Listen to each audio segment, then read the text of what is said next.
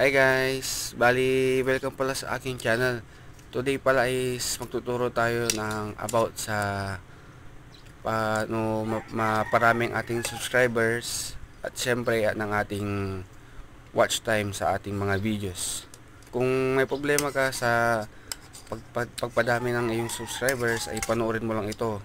Baka siguro hindi mo pa ito na turn on or na turn off, kaya siguro konti pa ang mga subscriber mo and then yung mga views mo sa mga videos mo. Tara, panoorin mo. Let's go! Yun guys, so andito na pala tayo sa YouTube studio natin, and then ang ituturo ko sa inyo yung paano natin pipiliin or kiklik yung kumbaga makakatulong sa atin para maparami yung subscribers natin, and then yung watch time or hours natin sa mga videos natin. So makinig kayong mga buti guys para just in case makatulong sa inyo to sana, para nang sa ganun ay dumami at mas marami pang manonood sa atin. Actually, napanood ko lang din to sa isang YouTube vlogger na sa isang content niya ay nagtuturo siya kung paano mas maparami ang mga subscribers niya at watch time niya sa mga videos niya. So, tutok lang kayo guys Bali, ang gagawin lang natin is kiklik natin yung sa may mali na profile natin dito sa taas. Then, okay, bali kung nandyan na kayo, bali ang pipili natin dyan, hindi yung sa settings. Kung makita nyo, may settings dito, send feedback, kung nandyan na kayo, sundan nyo lang ko guys send help center YouTube, tapos privacy policy, term of service. Bali, ang click natin dyan is hindi dito sa taas, dito sa may parang pen na sign sa tapat ng profile natin. Yan, click natin yan guys. And then kung nandyan na kayo, ang makikita natin dyan is yung name natin sa ating channel, yung handle, and then description. And then ang click natin guys yung sa may arrow sa side, sa may baba, sa may home tab. Yan, click natin guys. And then ang gagawin lang natin dyan is dapat i-click natin yung more settings. After ng more settings, kung nandyan na kayo guys, ang makikita natin dyan yung for you settings, andyan si content type, videos, shorts, live stream. Dapat naka-on lahat yan guys. Kung gusto mong halimbawa is magpo-focus ka lang sa videos, to turn off mo si shorts, ayan, or at si live stream. Yan. Pero kung ang focus mo din lang is mayroon kang videos and then shorts, i-on mo siya pareho, and then off mo na lang yung live stream. Pero mas suggest ko sa inyo na i-on mo na siya lahat para mas marami kang pwedeng pagkakitaan at mas marami kang pwedeng mahilang subscriber. Kung mahilig ka din kasing mag live streams, ay malakas manghila yan ng mga subscribers natin. At the same time, 70% daw kasi ng watch time sa ating mga long videos ay si live stream ang nakakapaghila o nakakatulong sa atin. And then bumalik tayo sa ating tackled na dito na tayo sa recency.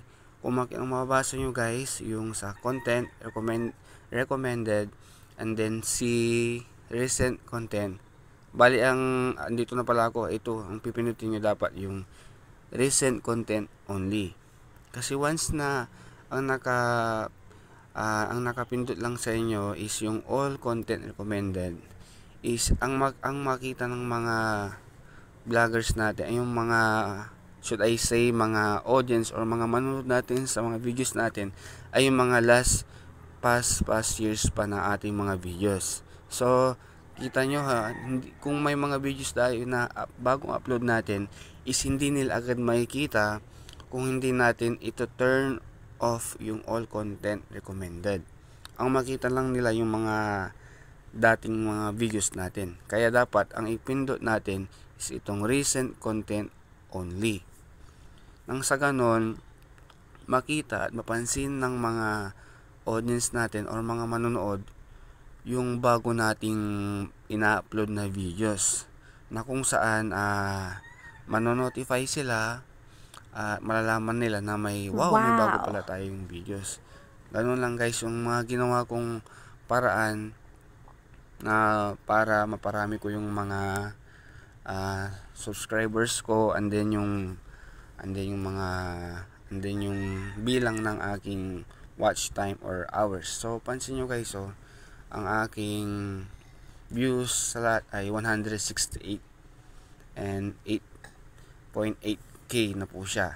Ayan, tumaas po siya ng bahagyo kadami, kasi ang ginawa ko talaga is nag-post lang ako ng mga shorts, tapos mga videos, tapos yung dumami na yung subscribers ko, should I say pala.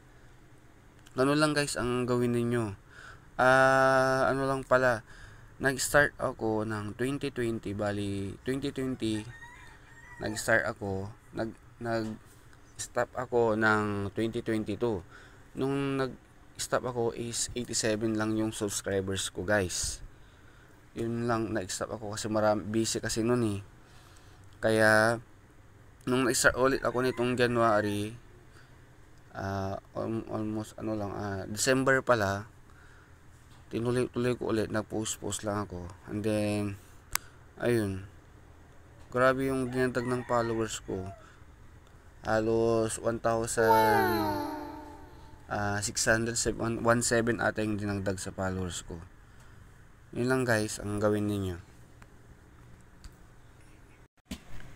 Hi guys, yan, sana nagustuhan nyo yung videos natin, at sana makatulong sa inyo as mas maparami pa yung subscribers nyo, and then yung views natin. Kung nagustuhan nyo yung videos, sana i-like nyo naman siya guys, and then subscribe para makatulong din sa akin guys, para sa family. Alam nyo na, kaya natin ginagawa ito, and then share na rin para makatulong tayo sa mga mga content creators natin dito sa YouTube guys ha.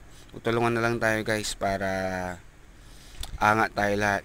So yun guys, thank you and good day sa inyong lahat.